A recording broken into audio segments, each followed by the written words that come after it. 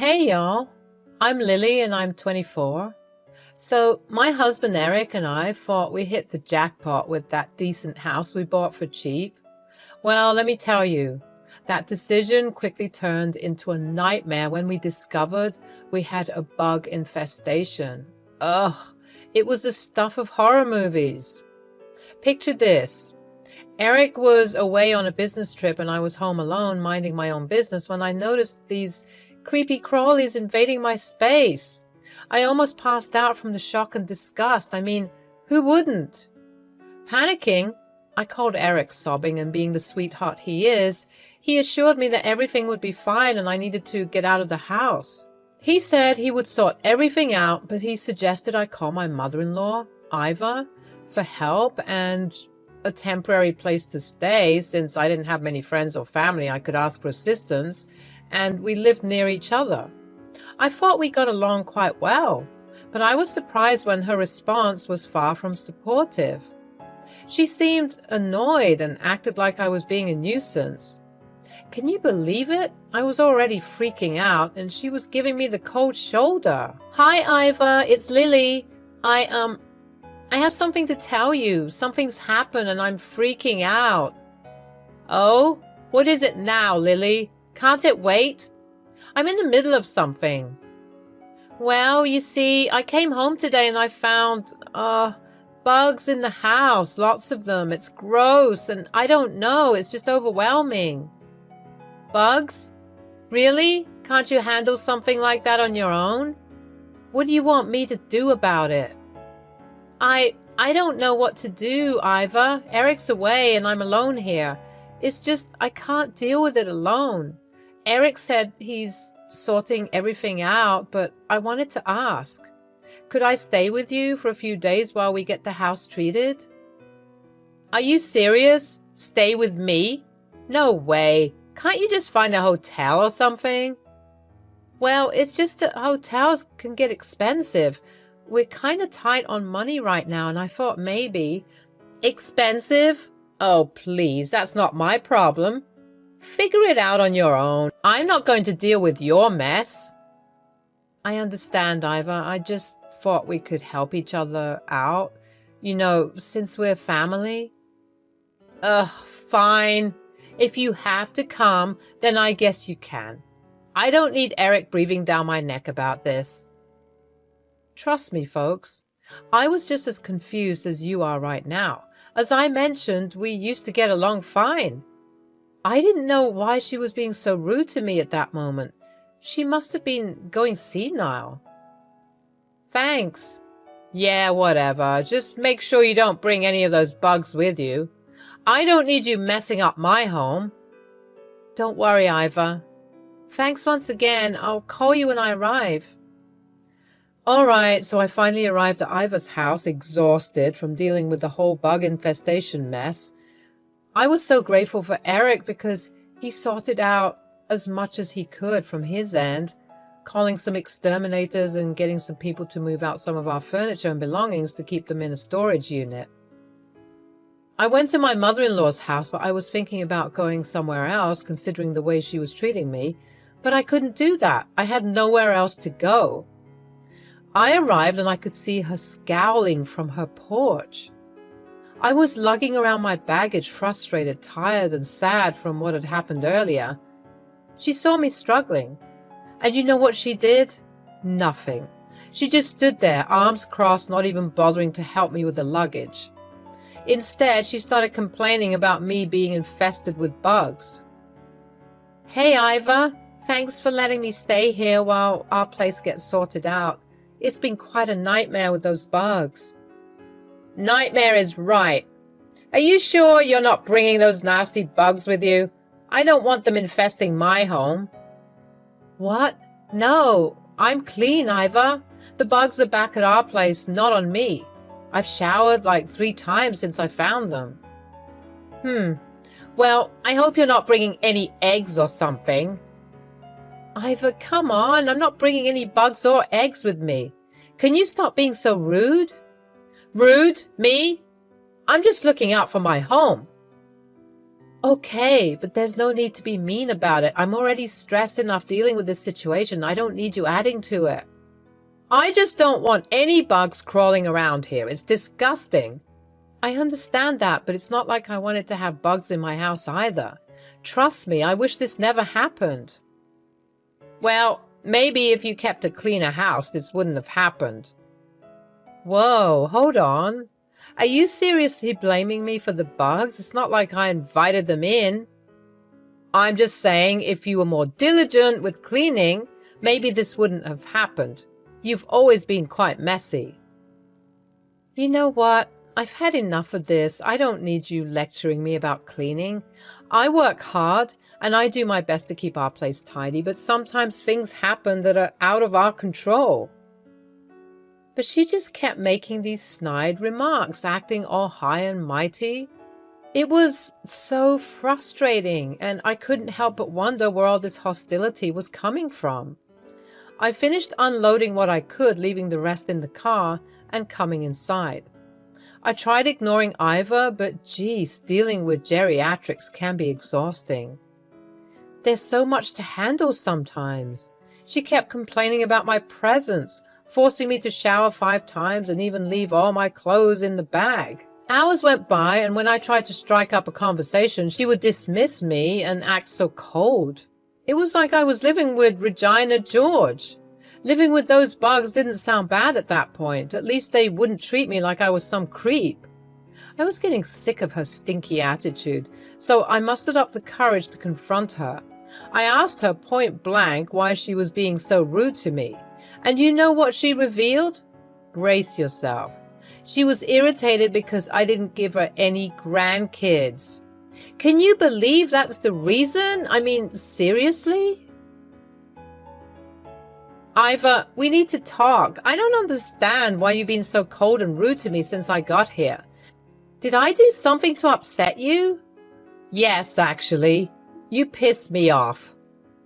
For the last time, Iva, it's not my fault that our house got infested. It must have been the faulty insulation from that cheap house. The exterminator said that the cheap insulating caused the house to be more humid than it needed to be, leading to... That's not what I meant.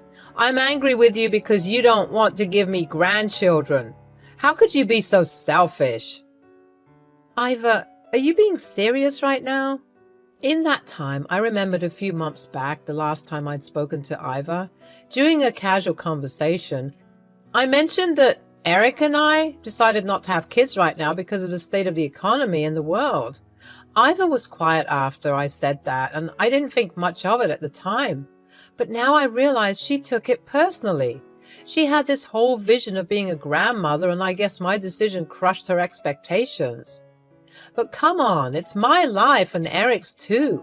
We get to decide when and if we want to have kids, right? I couldn't help feeling a mix of anger and sadness, and I mean, I love Iva. But she shouldn't be trying to guilt-trip me into having children. It's not fair to put that kind of pressure on me, especially when I'm already dealing with so much. I tried to reason with her, telling her that it's our choice and we're not ready for that responsibility right now, but she just wouldn't listen. It was like she was stuck in her little world where her desires were the only ones that mattered. Iva, I can't believe you're being so selfish right now. Eric and I made a decision together to not have kids. You have no right to force your expectations on us. Selfish? Ha! Look who's talking. You're the one being crazy and selfish, thinking only about yourselves and not about your own family. Our decision not to have kids doesn't make us any less of a family. We're happy with our lives and our choices, and it's not up to you to judge us. Oh, please. Your house getting infested with bugs is just karma for not giving me grandchildren.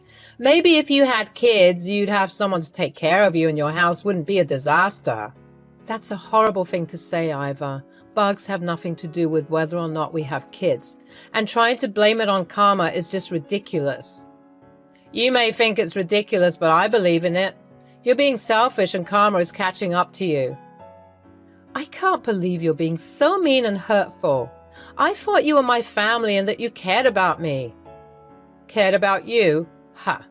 I care about my family having a future, and you're ruining that by not giving me grandchildren. It's not your decision to make. Eric and I are happy with our life together, and we don't need to have kids to validate that. You're just being stubborn and foolish. You'll regret this decision one day, and then it'll be too late. I won't regret it because it's our decision, not yours. And I won't let you or anyone else make me feel bad about it.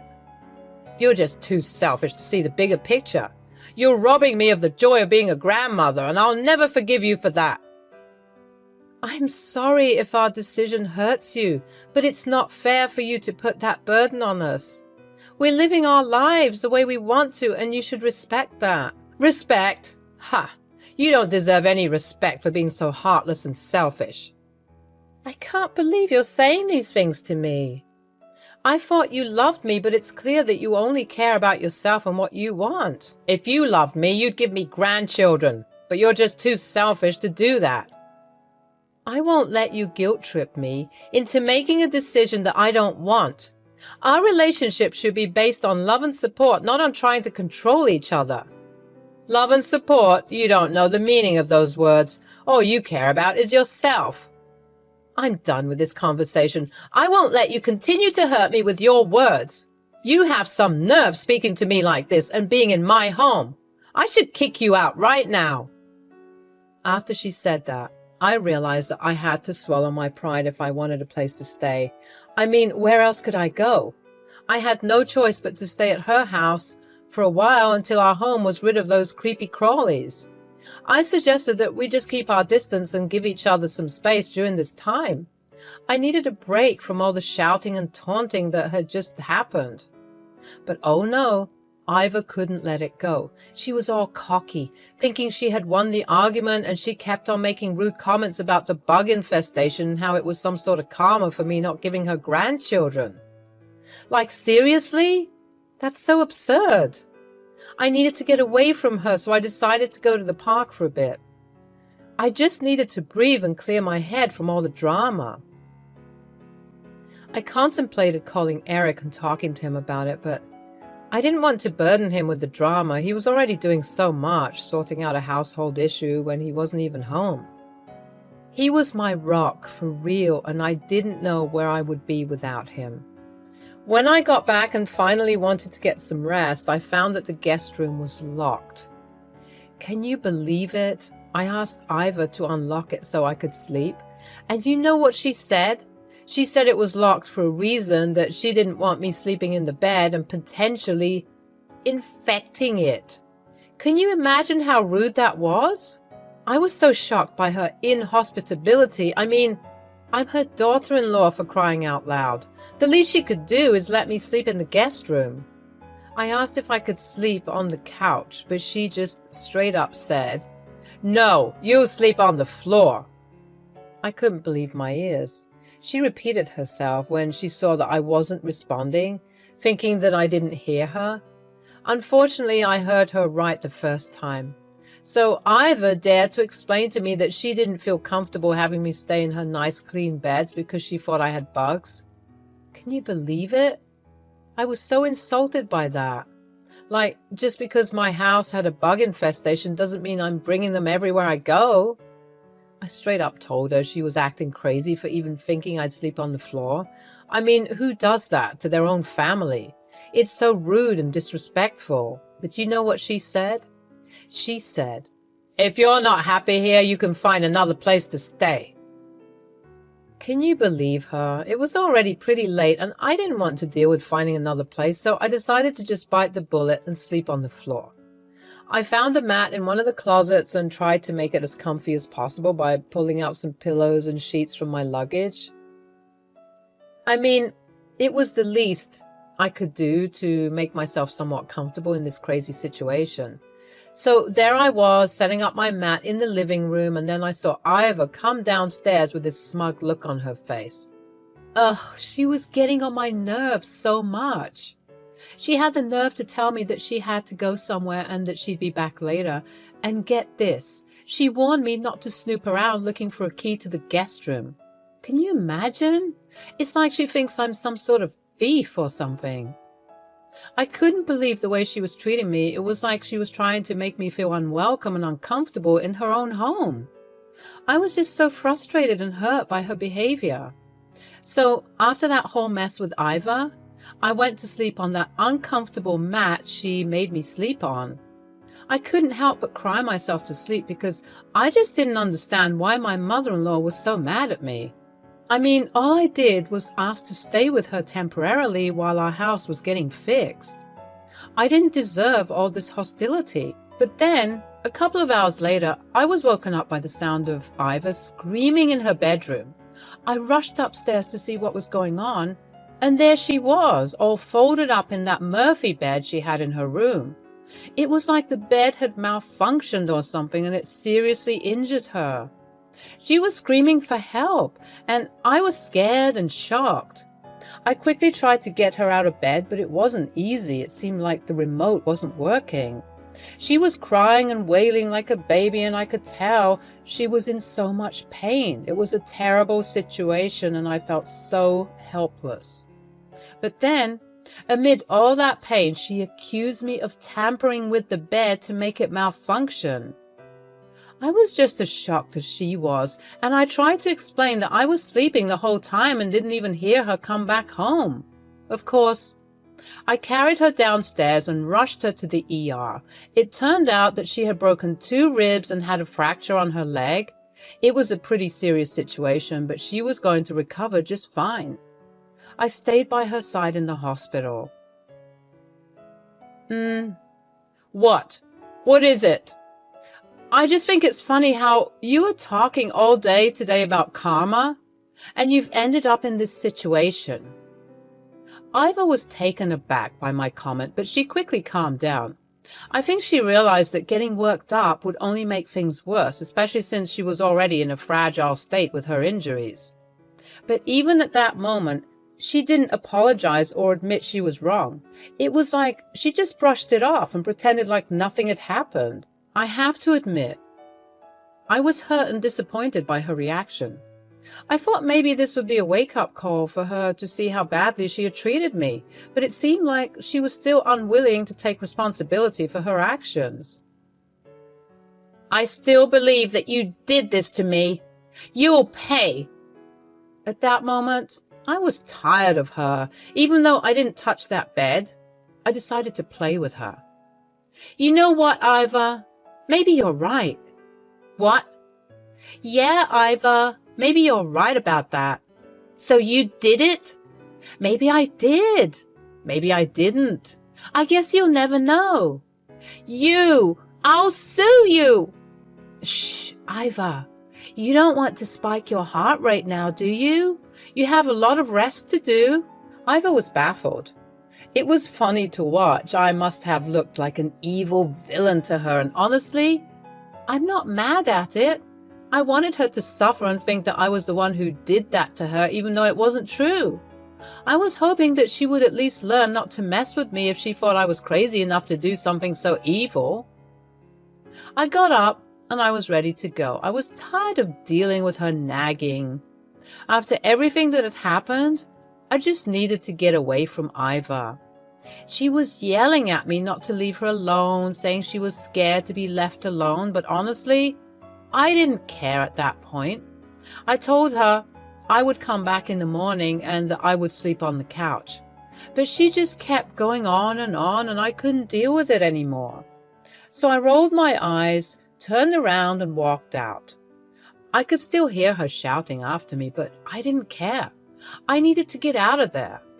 I went back to our home and slept on the couch, and let me tell you, it was the best sleep I had in days.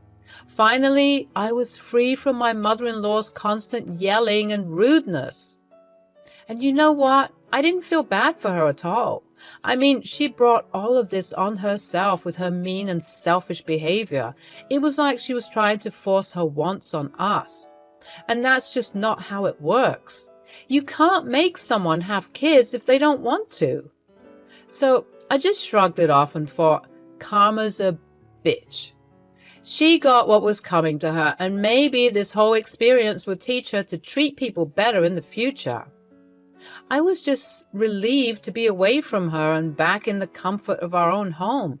It was a crazy, exhausting day, but at least it was over, and I could finally get some peace.